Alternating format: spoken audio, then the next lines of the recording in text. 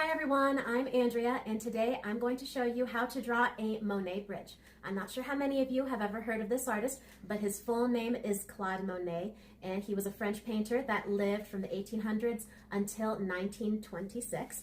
And the reason why I love his artwork so much is because he started French Impressionist painting, and that is when painting took a step away from looking more realistic and photogenic and started to look like it was in motion, because painters in this movement started to use thicker brush strokes with their paintbrushes and also make something that kind of looked fuzzy but still looked beautiful and focused on light and color effects. And he became most famous for his landscapes of bridges and of lily pads and ponds. And because Mother's Day is around the corner and now we are in spring heading into summer, I thought that this would be a really great drawing for us to do next. So find a comfortable place where you can draw, grab a piece of paper, and let's get started. Now, to get started with our picture, you need to make sure that you have a pencil sharpener and a pencil, though if you are using a mechanical pencil, that is also fine as long as you have enough lead in case you run out pretty quickly. And also you need an eraser. I've got a little frog eraser, which is convenient since this is a drawing of a bridge over a pond. Now, I'm gonna show you how it looks colored at the end, but please make sure that if you're starting out, don't use too much pressure because we're going to be erasing a lot of marks as we go. Now, to draw our Monet bridges, you need to first draw a rainbow line that goes higher up in the middle. It should start from one end of the paper, come up, and then come down.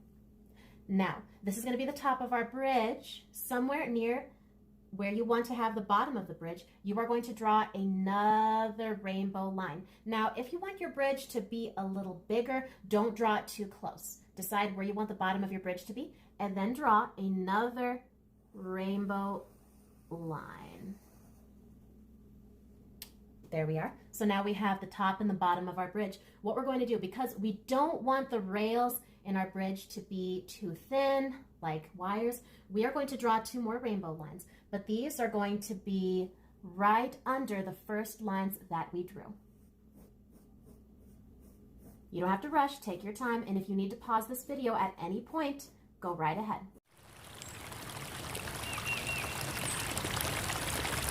Now, there we go. We have the top rail and we have the bottom of our bridge. Though you may have noticed that there's another rail that goes through the middle of the bridge, almost making it look like a train, train tracks. So what we're going to do, we are going to draw two more rainbow lines close together going through the middle of our bridge.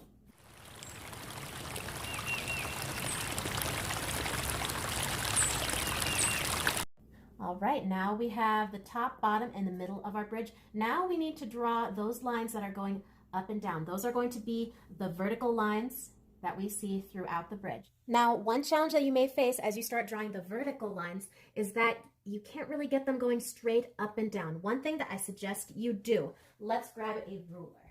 Even if you don't like using the numbers on this, this is great because then you can line up the ruler with the edge of your paper. You think we'll have a perfectly straight line this way?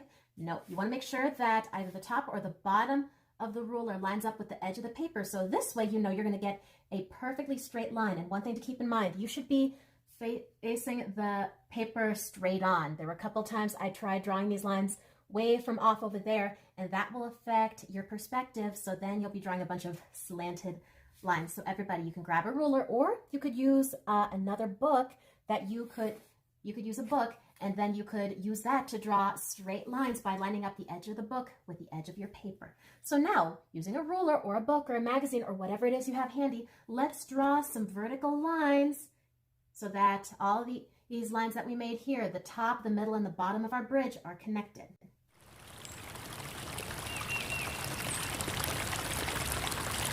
All right, all of these lines are just as straight as we want. Now, the next thing that we have to start doing, all these lines in between the bars in our bridge, we need to start erasing those.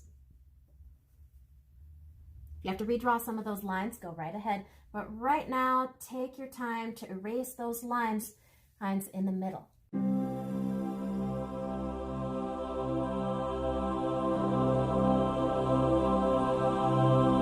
Now that we've drawn the extra lines that we don't want, we are going to try to make our bridge look a little more three-dimensional. I discussed this with my students earlier. When the light's shining over the bridge, where do you think the shadows are going to be, on the top or on the bottom?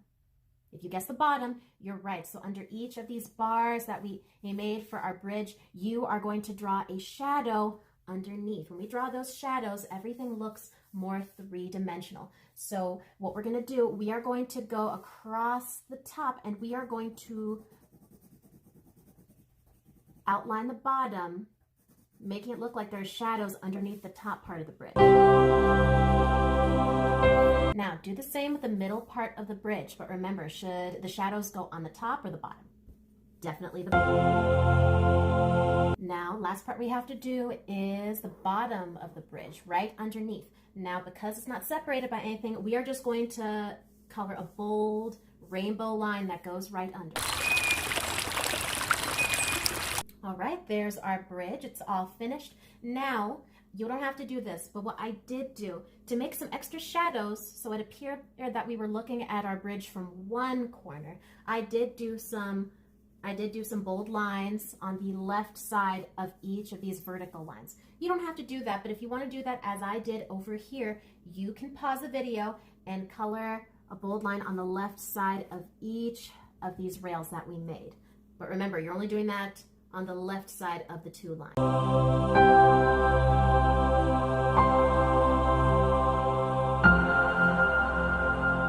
All right, now our bridge is finished. Now there's the space in between each of the lines that we are going to color. But remember, the squares that separate these bars in our bridge, those are going to be empty. So you can just add any background that you make in between. But before we get to that, we have to work on our pond. And before we draw the water in our pond, we have to draw the grass that's growing out of it over here. Now, the first thing we want to do, we are going to draw two smiley face lines, one on each side of the paper. Now, I'm going to draw my first smiley face line down here toward the bottom of the paper on the left, and another one toward the bridge on the right. If one's a little bigger or smaller than the other, that's absolutely fine. Maybe there's just more grass over there. Now, we are going to do some spikes for the blades of grass. Now, these are going to be made by drawing some upside down skinny V's. So start on the edge, draw an upside down V line that goes up, curving a bit, and then comes back down to that smile. Then if you want to make it look more realistic, we are going to make different lengths for the blades of grass. So I'm going to make a shorter one by going up and then coming back down. Draw another one by going a little higher and coming back down, up a bit shorter, then back down. All right, now in both areas, as you're going to want to draw different lengths and curves for the blades of grass. If you want to make it look like there's more grass hiding behind it, make some of those blades of grass go above the first ones that you drew. Now let's draw some grass that's growing on either side. Now, I did not draw these in my original picture, but another plant that we can draw sticking out of these grass are cattails. Now, how many of you have been to a pond or seen pictures in ponds and you've seen what looks like corn dogs sticking out of the grass? Well, the name for those plants is cattail. So those are cattails that are sticking out. What you want to do for those cattails, you want to draw skinny ovals. Almost look like hot dogs that are jumping out of the grass. You can make some that are a little lower. I'm going to use my froggy eraser, erase a little spot right here, and draw another cattail. And then what I'm going to do, when I've drawn the number of cattails I want, draw some lines that go straight through the cattails and connect them to the grass. All right, there we are. Now we need to draw the back line that shows where the pond meets the hills back here.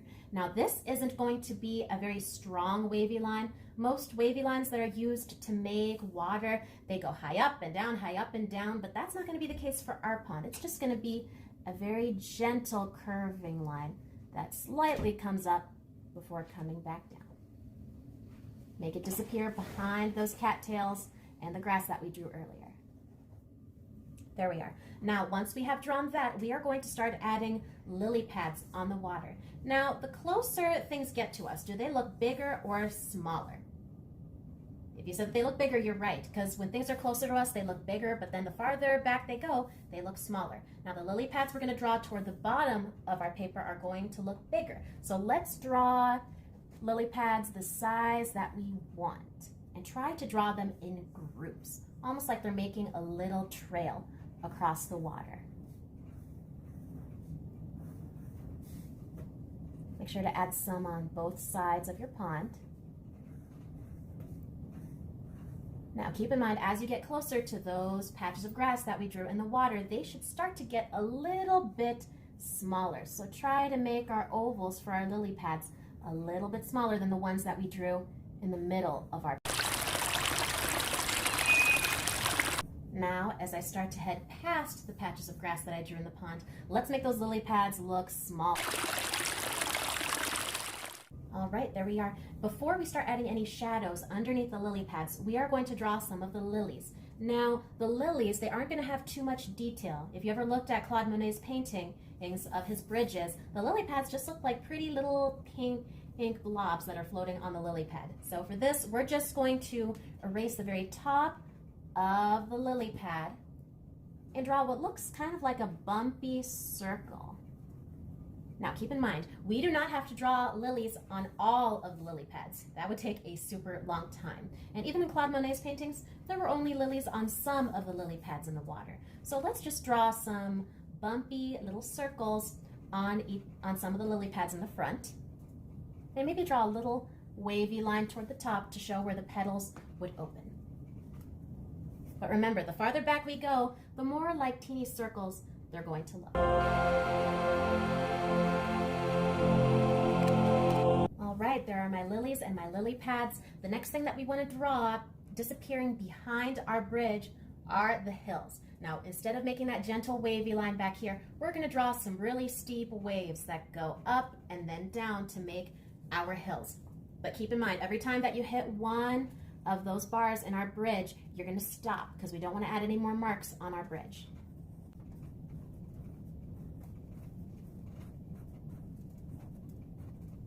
Now we are going to start drawing the branches in our trees. Now let's take a look at the branches. Is there a letter in the alphabet that we see in our tree? Then if you said the letter Y, you're right. And if you've had art class with me, then you'll know this by now. Whenever we draw trees, we use the letter Y to make those branches. The first thing we're going to draw on either side, making sure that they're slanted from off the paper, we are going to draw the letter Y.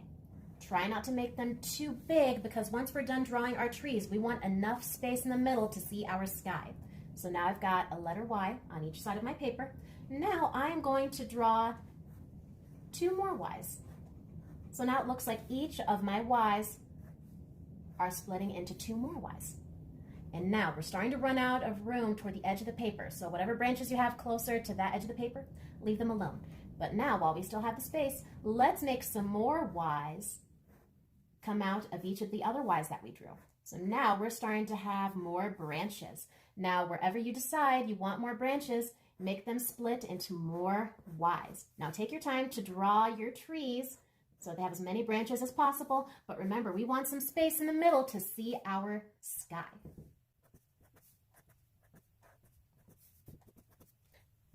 Now, here are our trees. Now, one thing that's missing, especially in spring, what do trees have in spring that they don't have in winter?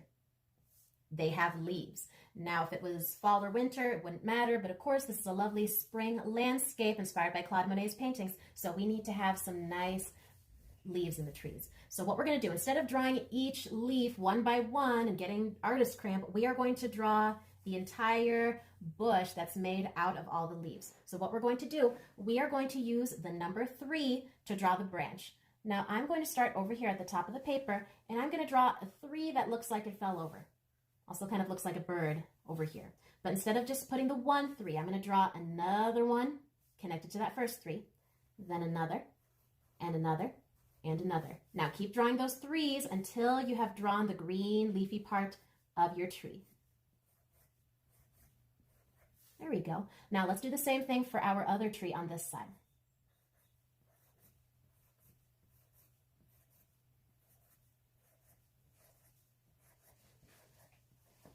There we go. So now we have our trees finished, but this technique that I showed you, if you want to use that to draw some more bushes that are underneath our trees, you go right ahead and you add that.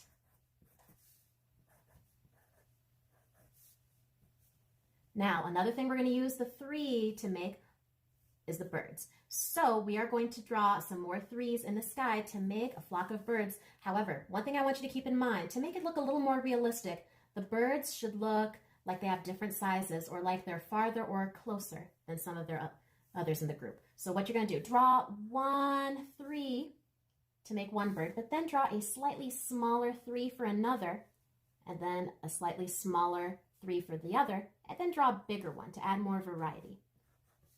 Make as many birds as you like. Now, I did not add this for my picture, but one of my students earlier asked, is it okay if we draw a sun? Go right ahead. All you have to do is draw a circle. It could be in the middle of your sky, or it could be disappearing behind one of the trees. And if you want to add a cloud, go right ahead. Or if you want it to be a moon, maybe it's nighttime, you can go ahead and do that. Now we have our sky, our birds, and our sun, if you wanted to add that, our trees, our bridge, and our lovely lily pond. Now, all you have to do is start coloring. Now you can grab your colored pencils or your markers or crayons or whatever it is that you have handy. If you want it to be black and white, go right ahead. It can be whatever colors you want. Now let's get started.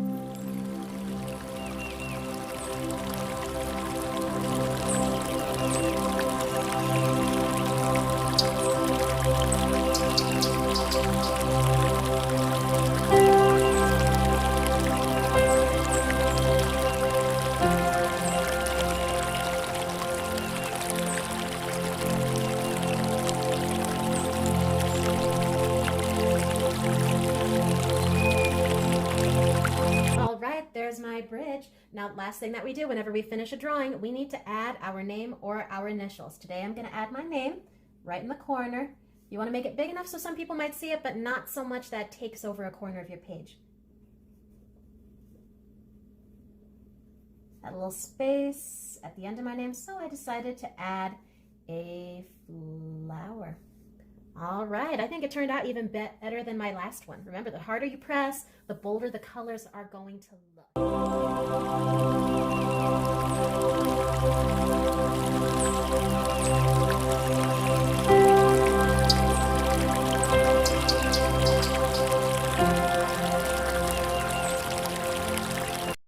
All right, great job, everybody. Thank you for watching. If you liked my video, click subscribe below. I try to upload a new video every week. If you want to say what you liked about my video, or you want to give a suggestion for what we should draw next, please leave a comment. And above all else, everybody, have a great day, and I'll see you all next time.